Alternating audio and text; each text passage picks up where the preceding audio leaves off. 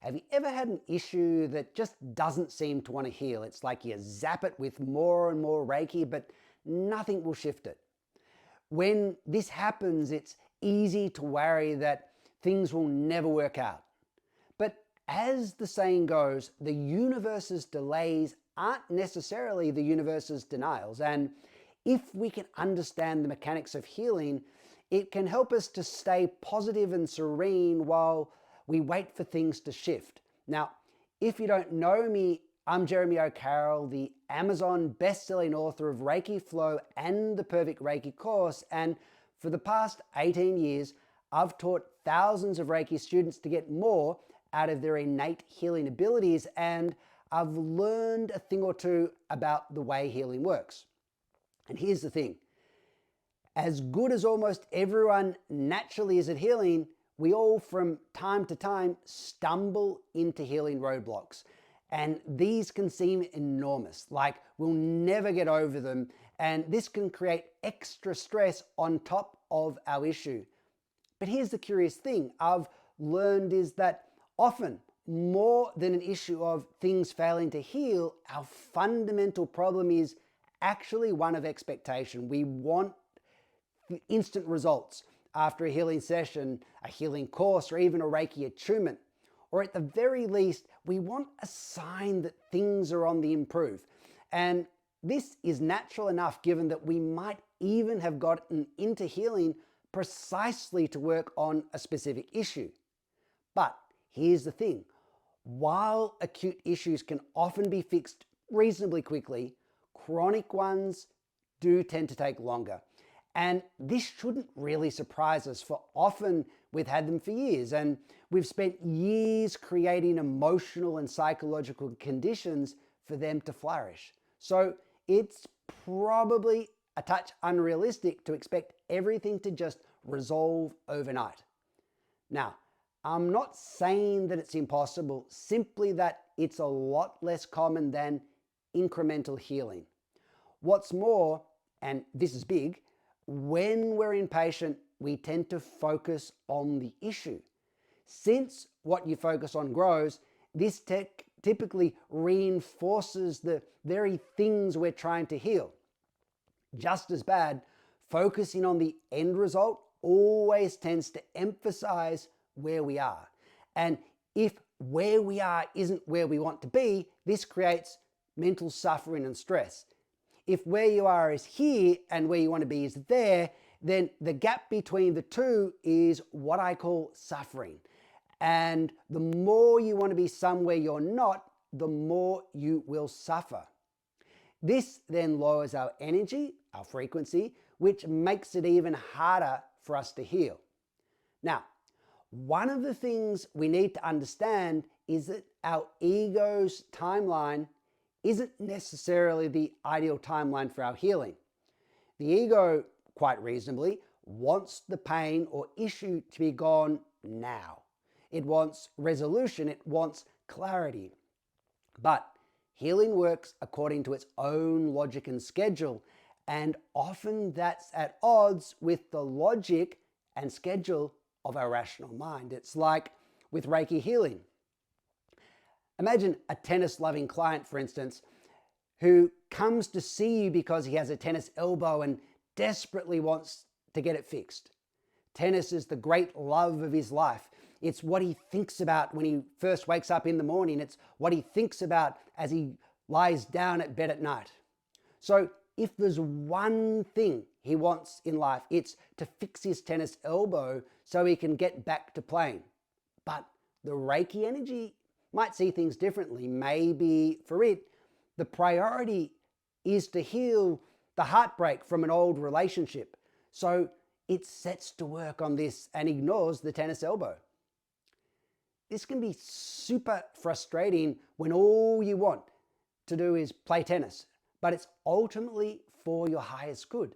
And this leads us to consider things from a deeper, more philosophical perspective. For on a higher level, why are we suffering from an issue?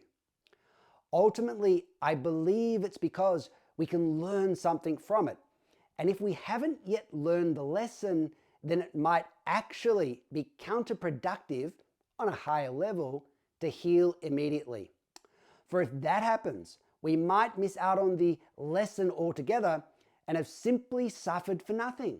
So in a weird way, healing might not be in our best interests. At least healing right away. Sometimes we need more time to better process what's going on and to more deeply learn the right lessons. Then when we emerge from the issue, when we've healed from it, we're not just going back to ground zero, we're going back to ground zero plus. We're going back to a superior version of ourselves, a version of ourselves that is same, but different, a version that's older and wiser. Now, moving on, the next thing I want to talk about is the need for patience with regard to healing. For often we are healing, it's just that the healing is taking place beneath the surface. It's like the proverbial bamboo roots. Maybe they're spreading out and out and out, and it looks like nothing's happening, but actually all the groundwork is being laid for rapid and dramatic growth. Or maybe it just takes a while to shift our current momentum. Maybe it will only be once this happens that we can make more visible progress. This is something that happened to me at the start of my Reiki journey. Back then, my eyesight was dodgy and I needed to wear glasses to drive legally, to watch a film, to watch the footy, and do all sorts of other things. So the moment after learning Reiki, I basically went bonkers Reikiing my eyes. I was determined to fix them ASAP, and I was confident that Reiki would do the job. But after a week of giving my eyes Reiki for at least an hour a day, I didn't notice any changes. And this kind of crushed my enthusiasm, and I soon gave up trying to fix them. But I didn't stop giving myself Reiki. I just stopped focusing on my eyes. So for every day afterwards, I gave myself at least an hour of Reiki.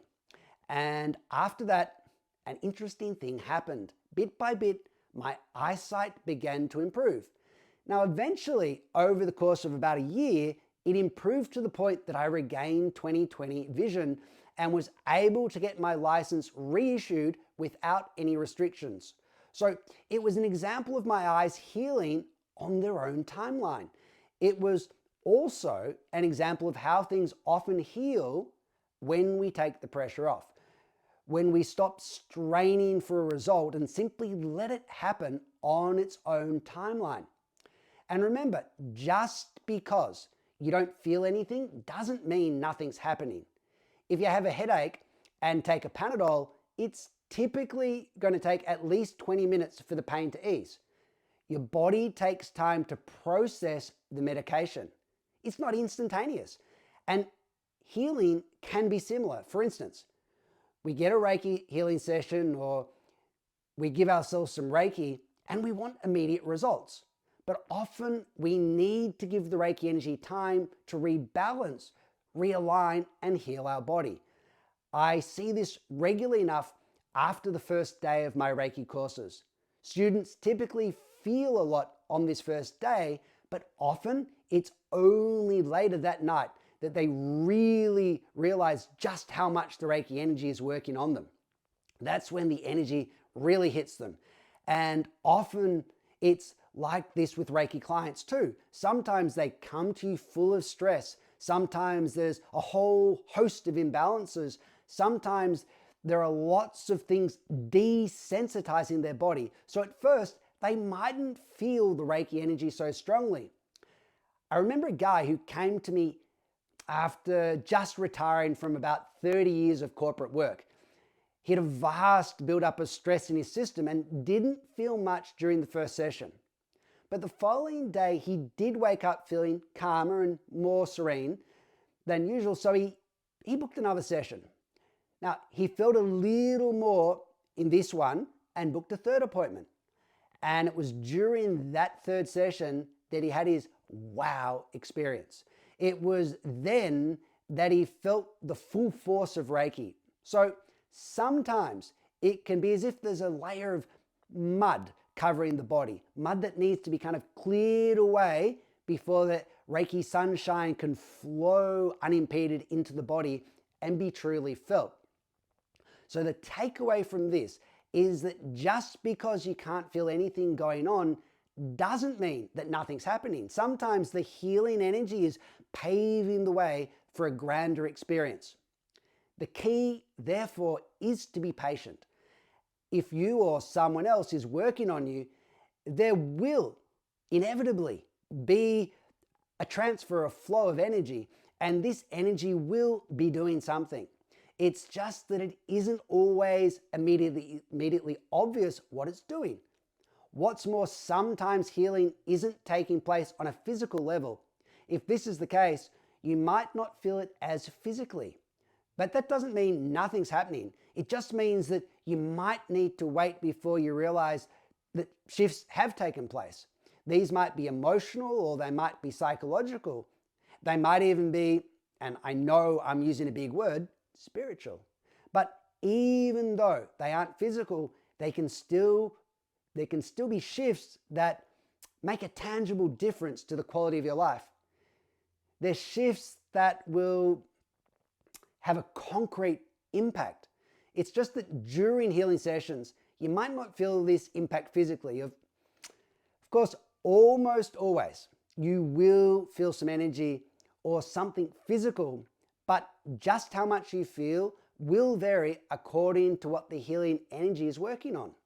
And sometimes we don't notice the shifts right away. Sometimes it's only after a couple of months that we realize that we're feeling different, that we're acting differently. We can deduce that shifts have taken place, but they happen in the background unconsciously out of sight. Ultimately, to be able to verify whether a healing method is working, we do need some sort of concrete evidence. But we have to understand that this evidence isn't exclusively found in immediate physical sensations. It can show up in many forms, and sometimes we need time to fully appreciate just how much has changed. So, the best approach to healing ourselves and others is almost always to be patient. Trust in the process, trust in the healing energy, trust that things will be healed at the right time. And if we can step back, relax, and cease trying to control things, then we can enjoy the process. We can enjoy the healing energy. We can enjoy growing more balanced. And if and when it's meant to, we can also enjoy healing our issue without any stress.